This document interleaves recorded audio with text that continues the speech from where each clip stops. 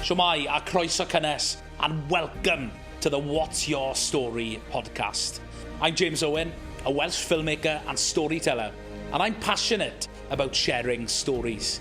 This podcast is all about business owners sharing their journey, and we'll be speaking with directors, entrepreneurs and creatives from all across Wales to learn from their experiences.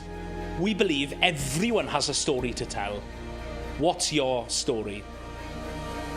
Shwmai, croeso cynnes to What's Your Story, and I'm really excited today to have somebody in the chair who is in the same industry I'm in, somebody I've looked up to and has inspired me over these years, starting Stori Cymru from small beginnings as a filmmaking student. And here in the studio today, we've got somebody who runs their very own successful video production company. They've expanded into different industries, which we'll hear all about today. But from Copa Cymru and Copa Gaming, we have Osian. Hello. Diolch am dod. No problem. Diolch am gael fi. Thanks for having me. And really kind words you said there. I don't know how to react to that. Well, it's very true, and yeah. I'll finish with more of that because you have been an inspiration for me in establishing my business. But I'd love to hear all about you today and what you've built over the years. So for those who don't know that are watching and listening, I mean, you can plug any of your many businesses. What is Copa Cymru, Copa Gaming? So Copa Cymru is a video production company. We've been going since 2015.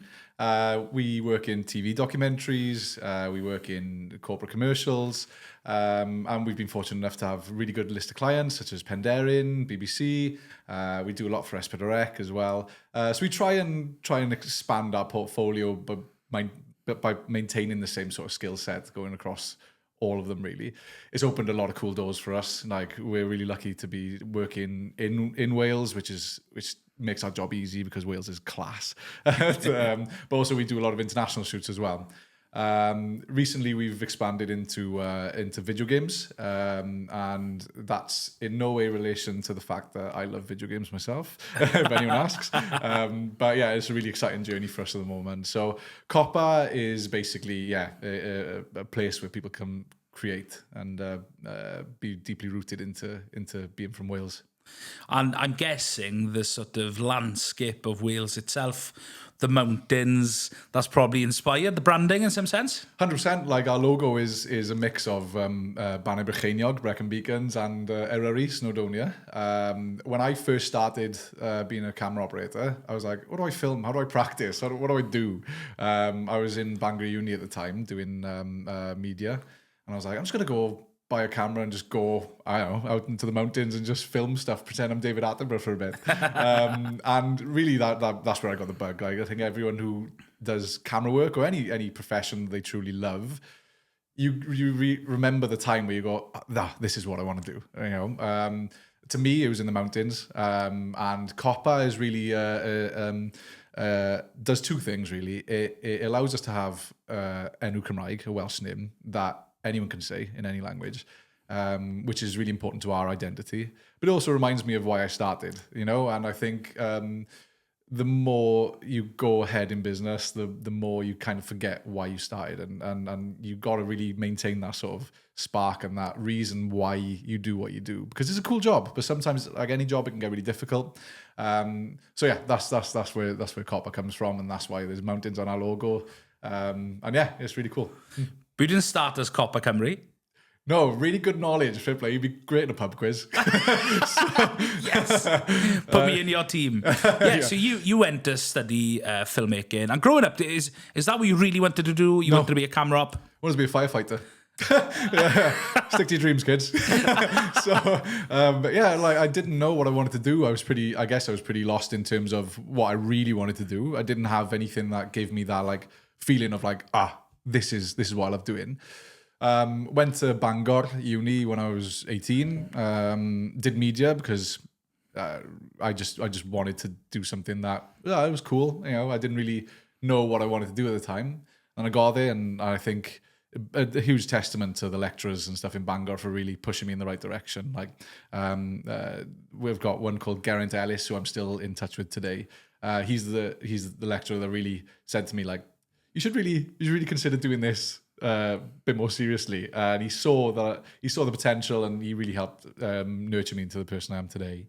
And yeah, so I wanted to be a firefighter until 18, and then I was like, oh, cool, I'm a camera person now. Okay, that was a plot twist. It wasn't my bingo card, but here I am talking to you now 10 years later, so something worked. But running a business, you would know you have to fight some fires. So I'm sure you are a firefighter in that sense. Nailed it. So I can live two dreams now. So the more fires in my business, the better. Is what you're saying? Perfect. Class. But yeah, you started your own video production company as a student. Correct. And yeah, remind me of the name. I can embarrass you. We started the video production company. Give me the corporate name. No, I'll give you the raw name. This is journalism. This is you're getting this out of me. Skint Student Productions. A hilarious name. I thought it was really cool at the time. You should see the logos and everything. I was like, oh my god, I'm so cool. Look at that Skint Student Productions class. But it came from, and we all know this in the creative industries and any industry, but really in the creative industries for some reason, that I tried going for a job as a data wrangler, as a runner, as anything really, just to get my foot in the door. But I had no experience. So I had no chance of getting a job, which is even at entry level at the time, which was really difficult. And you were applying for all these jobs? Applying for jobs. And just saying, you got no experience. You got no experience. Oh yeah, keep at it. Like, keep at what though? Like, I need something to keep at. So it was really frustrating time for me as a student, because I had the bug. I was like, this is the industry I want to get into. But no one's letting me in because I'm not in it yet. And so let's talk about that, because that is a big problem in the industry. Yeah. How can somebody get experience if they don't have an opportunity and they don't have a chance? How on earth can somebody actually get a job? My answer to that, and what I did, was just make your own experience. And I think it's really important for running a business as well, is that no one owes you anything. No one's coming to save you or anything like that. So it's down to you to make your own experience, to make your own path. And I know that sounds really like it belongs on a poster somewhere in a bathroom or something like that. But it really is true. Like that's where the biggest lesson for me was starting out, was like, why do I feel like someone owes me a job? They don't. So it's up to me to make my own experience and stand out from the crowd, which is a really good motivator, I think. And it's not something that is only applicable at the start of your career. It's something that should be relevant throughout all stages of your career, good and bad. Is that you got to just always be making your own experience, making your own luck, and that's the good mindset to have, really. So Skint Student Productions was born, and how did that evolve as you set up that business after graduation? Yeah, so I think I set it up while I was still in uni, and then I was doing anything I could. I was doing videos for the Biscuit Appreciation Society. I was like, serious? Yeah, class. What a society as well. I was class, just eating biscuits. Like. I can't tell if you're being serious. No, I'm being serious. That is one of my first jobs. So yeah, class. It was awesome. Did you have a few biscuits? No, gutted. Like just filming it. Yeah, they take biscuits really seriously in the Biscuit Appreciation Society. So no, genuinely there was, and I was just finding any societies in uni that would want like any video content. Just for me to start just getting out there and just doing stuff. I was a DJ in the Students' Union, and then I managed to like double up as like a photography package. So that's like the start of like having a sort of client. That was my first ever paid job. I just grafted like that, really, to be honest, and just kept just building up sort of whatever I could to then opening up a path into being a TV camera operator, which I got while I was still in uni. So I did my first paid documentary while I was in second year of uni. But that comes from, that's like tip of the iceberg stuff. No one sees the Biscuit Appreciation Society. No one sees me in the forest just like going, how do I use this camera? From there then it's game on. You know, once you're in, you just keep snowballing, really. You got to, because someone else will do it instead of you. So you established this business, and then you started getting opportunities as a TV camera operator. Correct. So you sort of like self-employed in that sense, working with some of these productions. Yeah, and I'm really of the belief that you should always surround yourself with people who are smarter than you. I'll get into that with the gaming in a bit, but it's true. You're always learning, regardless of what stage of the career you're at. there's always something to learn, especially in our industry when technology always changes, the methods always change. I think having that opportunity to be surrounded by TV professionals while I was still in uni was really, really important to me. But you've got to do the work together. I found out the hard way that the door doesn't magically open for you. You got to open it yourself. And that's what started really. So then things got a bit more serious. So Skint Student Productions turned into SSP Media. The corporate version. Yeah, the corporate version. Yeah. What am I? Some sort of like mad, like commercial corporate, like send it to HQ. But yeah, because we were getting clients then, and we were like, we don't really want people to know why we're called Skint Student Productions. But because we're getting clients like the BBC now, like we're getting clients like WWF, which are really cool. We started doing that, and the business started taking off then. To a point then in 2015, I felt like we had a team of people that we were crewing TV documentaries, we were making commercials, we were doing anything we could, and we had really good clients. I felt that we outgrew who we were, and we were becoming something new. And then that's where Copa was born then. So since then, we've been really secure in our identity of what we are and what we offer people. And we've got a really nice list of clients now that understand that sort of who we are and what we're able to give them. And yeah, it's I'm fortunate enough to speak to you now. And it's you're only as good as your last job, really, is my mantra. So you just got to keep going. That's a great thing to stick by, because I've worked on some things I'm really proud of, and then you sort of forget that you got to keep that up. You can't just make a good film and then rest on your laurels, so to speak, because somebody else is out there making some really cool stuff. Maybe more consistently. So that's something to stick by. There's probably a sport analogy in there as well, isn't it? You're only as good as your last game. You could be winning the Champions League and then you go and make a mistake at the end of your career and people forgot you won the Champions League. You're Steven Gerrard, for example, one of the greatest Liverpool players ever, yet in a moment lost them the Premier League. Yeah. So thank you for saying I'm exactly like a Premier League footballer. I appreciate that. It wasn't a comparison I thought, but I'll give you that one. But yeah, no, you're right. It's all right. It's like every job you get in any business, especially if you're running yourself, needs to be treated as in the only job you've got. Like you've got to give it your all every single time, because it only takes one mistake to lose a client, to lose loads of different clients, stuff like that. So you've got to approach every job as if it's your first and last. And I think it's a really healthy mindset to have. Because you just care. You've got to care about your clients, because they're trusting you in doing something for them that's really important to them. And I think having that mindset of okay, cool, the game on is really important. A lot of people listening are working in the sort of business world. They're entrepreneurs, business owners. You talk a lot about clients. How do you? Because if I compare this to my own experience, I have lots of clients.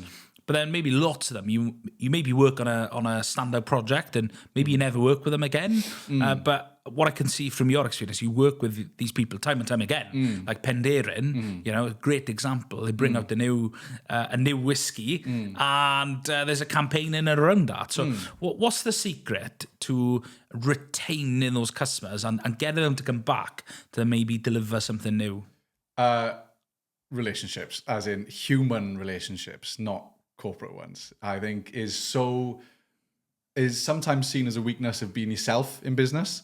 Certainly not for me, as in, I'm not really professional, but in terms of how I potentially speak and stuff like that, like professional is in like the sort of what's expected to be professional. But I really enjoy spending time with my clients, like talking with them, and I think having that sort of remembering that everyone's human is key. I think in not only being a good person, but also retaining professional relationships as well. I think just making sure that someone can trust you to do the job well and to a standard, is important. But being able to be someone that someone feels that they can approach is even more important. I think competency you can teach, but morals you can't. And I think having good morals and being a just approachable person and treating others like you want to be treated trumps any business card or LinkedIn post or stuff, in my experience. And I think, it doesn't work for everyone, but certainly that's what's worked for us, is just, really understanding the relationship between you and the client. It is a two-way street, that's what I like about my job as well. And our portfolio of clients now are clients I just genuinely like spending time with and speaking to. So, like going to watch the Formula One. yeah, exactly. Are you allowed to say that? No. We won't say who it is. But yeah, it's treat others like you want to be treated, and then the rest will fall into place. Is my mantra, because I've seen it work. People remember how you were to deal with, not what you did from, because projects change over time. Technology changes, the method of things changes. We've seen it now with like social media and stuff like that. Like, everyone wants reels now, where before everyone saw reels as like beneath them or something like that.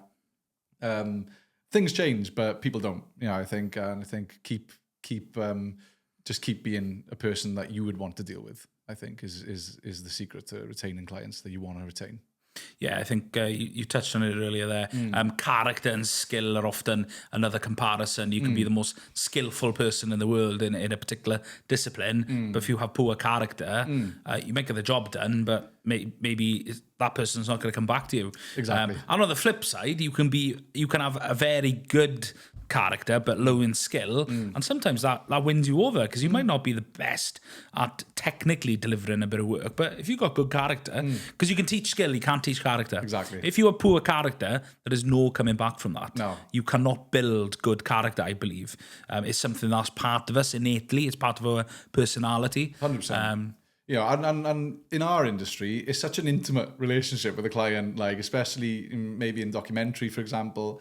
You spend so long with these people, like in the day, like, traveling a lot of places with them. You want to be someone that these people can get along with as well. Because it's such a commitment, like to show up in the way we show up for long periods of time and stuff like that. So yeah, I think that's I wouldn't say it's a secret. It's not. It's just being a good person. I think is just the key to doing it. So when it comes to marketing, because I think TV in itself it's its own industry. Yeah. It operates in such a way that obviously with growth in social media and delivering content on social media has kind of forced TV to operate in a different way, because people are watching more online services, not television in the sort of traditional way. So for you, someone who delivers work in television, but also corporate work, what we're seeing is the growth of mediums like reels. It used to be beneath, whereas now it's almost coming like a standard. I think a lot of people like ourselves have to work or incorporate that into our is that something that, because for me, I like to think that we make really nice polished stuff, because social media is just such a fast-paced world. I think it's impossible if you put the time and effort into creating something that's worth thousands of pounds that'll play at a conference, right? To do that, for somebody to watch it for a few seconds on social media, it's not cost efficient. People haven't got the budgets to keep up with creating social media content. Have you sort of struggled in that area, or do you just know, nope, this is what we do, we don't touch social media? I mean, there was a time where like people were like, oh, it's only for social media. Like, what does that mean? Like now it's like, it should be, oh, it's only for TV. It's a really weird shift that we've seen in the 10 years that we've been operating. A lot of our TV work now is digital first, then broadcast, which is a really interesting shift from broadcasters, which is more effective, because out of that you can do reels, you can do YouTube content. We've definitely seen a shift. It's been challenging for us because I think there's a real line on social media between like too good for social media. I don't even know what that means, but like, if something's too polished, it might not be as effective on social media, which is a really interesting theory to go into. A lot of people like rather authenticity of lower quality things. Is what I've found. So it's a really weird position for us as a business. Like, where do we sit? And as I said, you're learning every day. Like, we're sort of learning of how to split our resources and making it cost efficient, making it targeted for the audience that we're going for. Is this a TV documentary? Is this a TV commercial to go in, I don't know, London Paddington on the street, in the screens, or is this on someone's phone, just a 2-second reel? It's real. It's a nice problem to have. It's a challenge though, because usually if you've got a pipeline, that's your pipeline. As in, like, this is the pre-production, production, and post-production.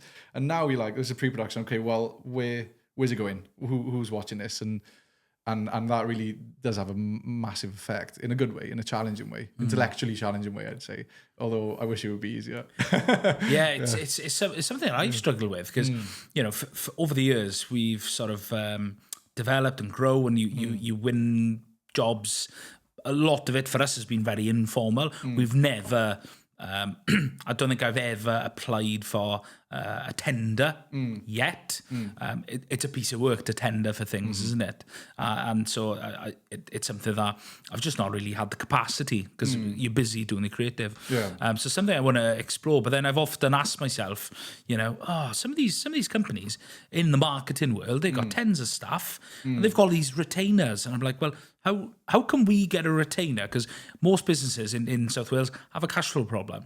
It's always a challenge. And I've spoken to lots of people in the sort of space of creating high professional video production.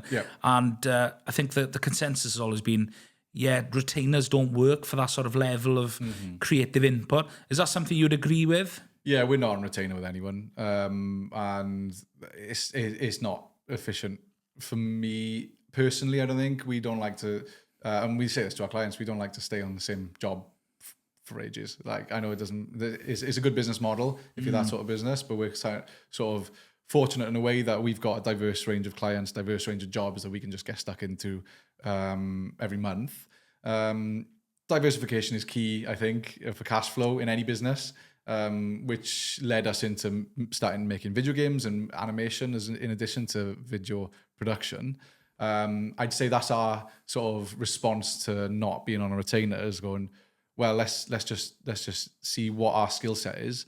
How do we transfer that into other mediums and other outputs, and then out of that we'll get more range of clients, which has worked for us. It doesn't work for everyone. Everyone's different. Everyone's got different situations in their business. But in response to your retainer question, is we don't stay on retainer. We're fortunate enough to have built relationships with clients that know they can come back to us. But we're not pushing them every month. They'll come back to us when they need something, which is nice for us. And then we'll just go off and make a video game or something, I don't know, or fly a drone somewhere. Fly a drone. Yeah. So diversification, let's talk about that. 'Cause, the video gaming side to the business is newer than the actual video production side. Tell me about, how did this start? Because I don't know. If I think of other video production companies that I know, I can't think of any that are in that space. You are very unique. Diolch. Like, is that a good thing or a bad thing? Who knows? Well, I'll let you know. You've got the monopoly. I'll let you know. I mean, video games are great. It's just a film that you can just control yourself, right? Like, if you look at it like that in a fundamental, creative way, yes, technically it's a whole new ball game. But if you're a filmmaker, if you're a creator like us, video games are class. You know, it's like, it's a film that you get to just do whatever in, and we get to really direct the audience in a way that it just isn't possible in film and TV. That it came, as I said, it came from us during COVID. A lot of our work stopped, rightfully so, because of the lockdown and stuff like that. A lot of our documentary in-person work just stopped. So we needed to diversify, and we started doing animations for the Welsh Government, Penderyn, and other clients like that. And then we started developing a new pipeline that just slowly itched to a point where me, as a person who loves video games, went, should we start making video games? And it was like, Osian, calm down. I'm like, I think we're going to start making video games. I think this seems like a side quest I want to go on. A side quest. And then we did. And luckily we've, 3 years on now. And this is 3 years of us investing in this ourselves, our own money, our own mistakes, because it was a new medium for us.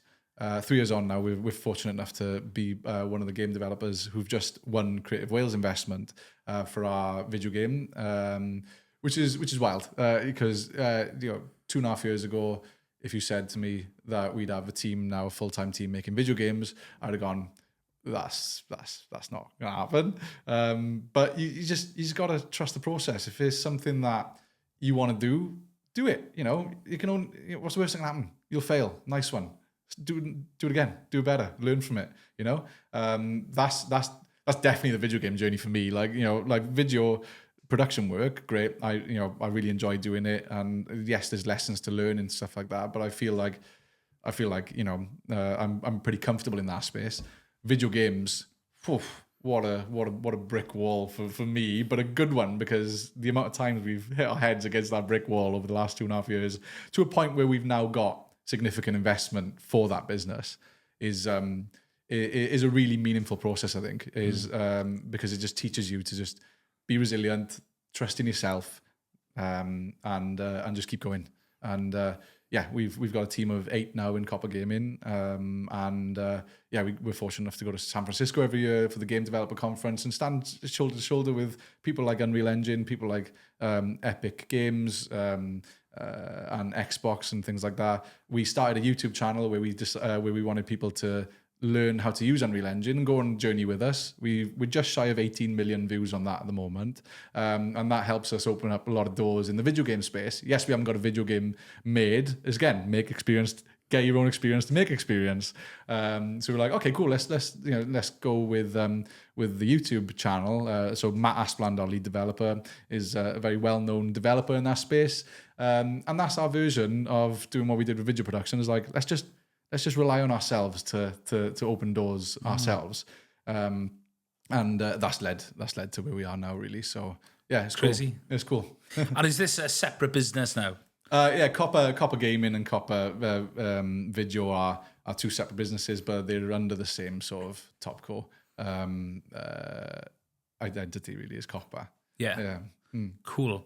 And that's actually crazy that you've now got 8 people working in that. And they're all smarter than me.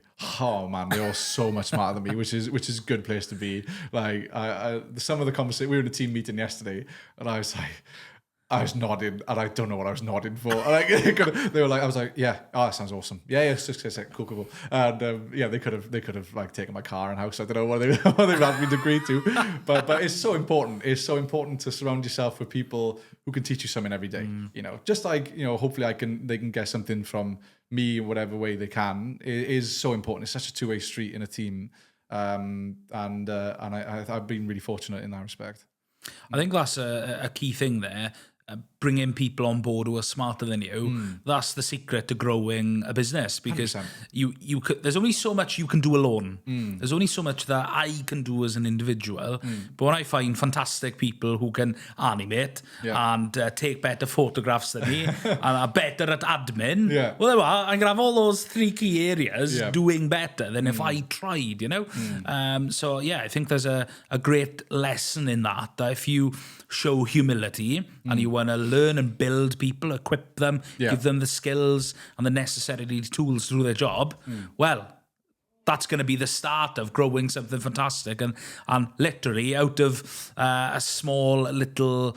you had a client really who asked you to explore the animation side, Penderin, which then really started, this whole Copa Gaming thing, because it was like, oh, we could do this. Yeah, I mean, Penderin were great in terms of we had just made a digital campaign for Penderin Gold Range, so we had a good relationship with them. And then a couple of months later, they approached us asking to make something for the Penderin Patagonia whiskey that they just released. And this is what I mean about finding clients who just get you and you get them. You both want to create something. You're both open to a 2-way street of conversation.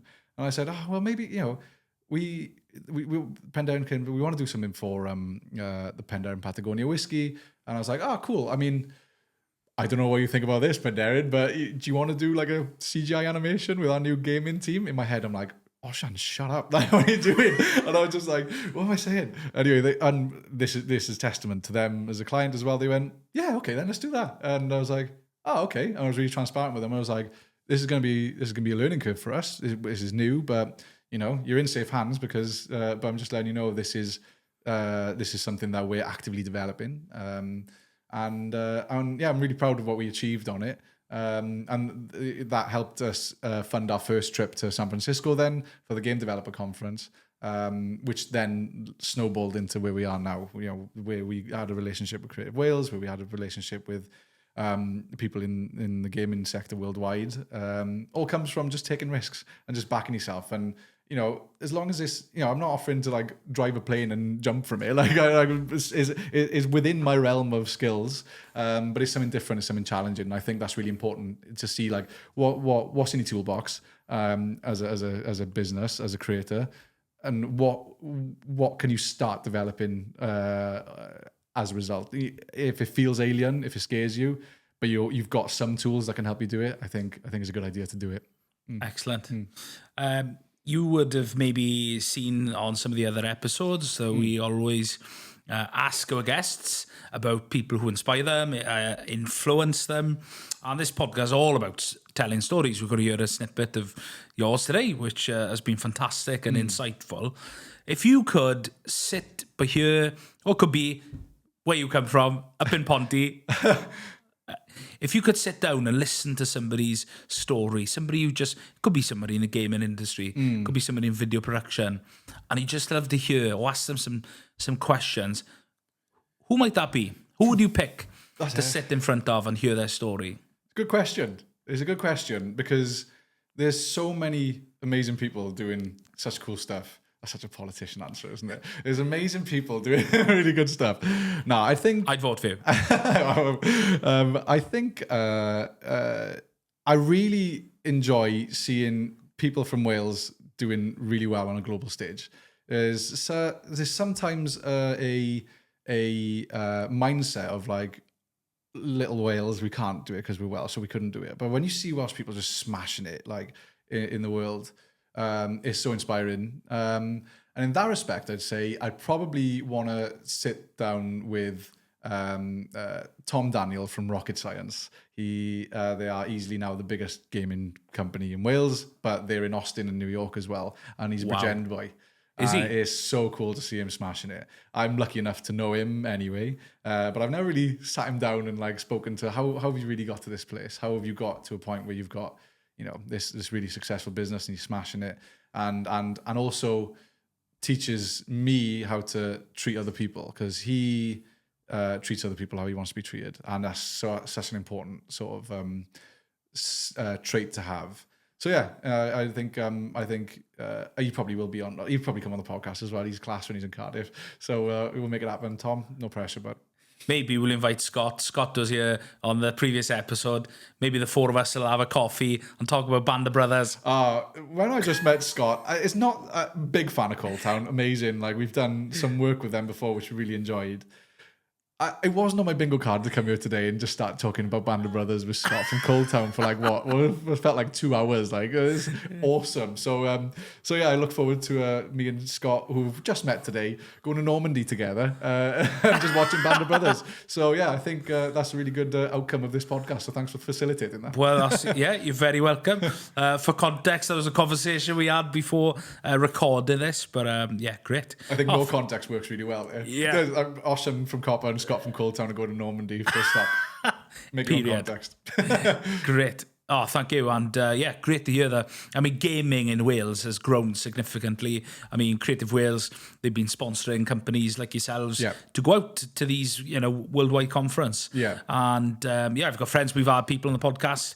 A friend of mine, Katie Nurse, she works within HR in the gaming industry. Yeah, we're connected on LinkedIn. So best Do you know why? Go on. Because I told her, go get connected with Osian. Wales. Wales. There it is. Oh, little Wales. There it is. Oh, on the global stage. Yeah. But gaming is a fantastically fast-paced growing industry in Wales, and yeah, something we should be proud of and utilising the talent here. And one of the good things about gaming is that we can actually right from our very own living rooms or bedrooms, we can actually create games from our own living rooms and bedrooms, can we? We don't need to go to London. We don't need to go to a big city to actually be successful. And I think that opportunity of doing things from wherever you live in Wales, you can make you succeed in anything, like gaming. 100%. I think the hardest thing in business, in any business, but especially in ours, is just to start. Yeah. You know, a lot of people just don't start by the fear of failure. I know it's cliche, but the amount of times I've failed, man. But at the time you think, oh, everything's ruined. Yeah. But you look back and you go, I wouldn't have done this had I not failed then. And I think, just start in your living room, start in your garden, start in your car, whatever. Not really driving. But it's true. It's just start is the main thing. If you want to do something, if you feel passionate about something, just start. You know, there's a great saying that I love is that the best time is, I think it's a Chinese proverb. I'm going to say it's a Pontypridd proverb now, right? But the best time to plant a tree was 20 years ago. The second best time is now. And I think that's so important in business as well. And anything really, anything you want to do, just start. You know, it's you're going to fail. Class. Awesome. That's good. You know, you're going to grow from it. So if anyone wants to know anything about Copa Cymru or Copa Gaming, where might they look to find out and follow you on that journey? Yeah, you can find us on Instagram, Copa Cymru or Copa Gaming, and copacymru.com really. And yeah, we'd love to hear from people, creators, clients, anyone really, or anyone wanting to start their own journey. We've been in those. I've physically been in those shoes myself, and I know how difficult it is. I know how hard it is to reach out to someone who's actually doing it, and we welcome talking to anyone because I've been in myself, you know. Or follow the YouTube channel. Yeah, follow the YouTube channel Matt Aspland if you want to make a game, we look forward to having you there. Great, Osian. Thank you so much for coming down, and I'll share this with the viewers because they probably weren't aware, but. Before I studied filmmaking in Trinity in Carmarthen, I went to do a course in Coleg Cigar, creative media production. My sort of dream later in life as a mature student was to set up my own business in the creative industries. I didn't know whether I wanted to be a photographer, a videographer. And on that journey then, I decided to go to university, studied in Coleg Cigar. And at the time, met Richard Lewis, who was my lecturer in college. And he showed me a film and he said about this great guy who runs his own company, SSP. And it was a film that you won a BAFTA Cymru for. Oh, yeah. A short film. And I watched that. And for me, as someone who is a Welsh speaker, you know, my own branding has that identity of being Welsh in it. It was something that I was very inspired. And I came to a creative Cardiff. Oh yeah, Creative Cardiff, yeah. I came to a Creative Cardiff event. It was in, what's the place by the motor point? Porters. Porters. Yeah. It's not there anymore. I gutted. It was there, and you were the guest speaker. Oh, yeah. You were the guest speaker, and I came to hear you sharing your story about your business, and you have inspired me to establish this business. Oh, wow. And a couple of months ago, you did Design Swansea. Yeah, well, I was actually busy that Thursday, but I made everything possible to move my diary that evening to come and hear you. Oh, that means a lot, man. Because, just hearing your story alone and coming to see you as a young film student was, very inspirational. I thought if this guy can start something and inspire someone, I wanted to share that with you because, I do look up to you and what you've built is incredible. So thank you for diolch I ti. I'm helpu fi. And hopefully, you're a bit more versed and experienced in your industry. Hopefully, I could be that next Osian for somebody else. A young person in college who maybe wants to start their business. Yeah, well, that means a lot to you. So diolch yn fawr. And, it's important as well. You've done this yourself as well, which is great. And I think it's really nice to hear that. You don't hear it very often, but it's awesome to see you smashing it and doing so well, which I'm really privileged to come on this podcast as well and talk to you about it. So, yeah, diolch yn fawr. Diolch brawd. Nice one.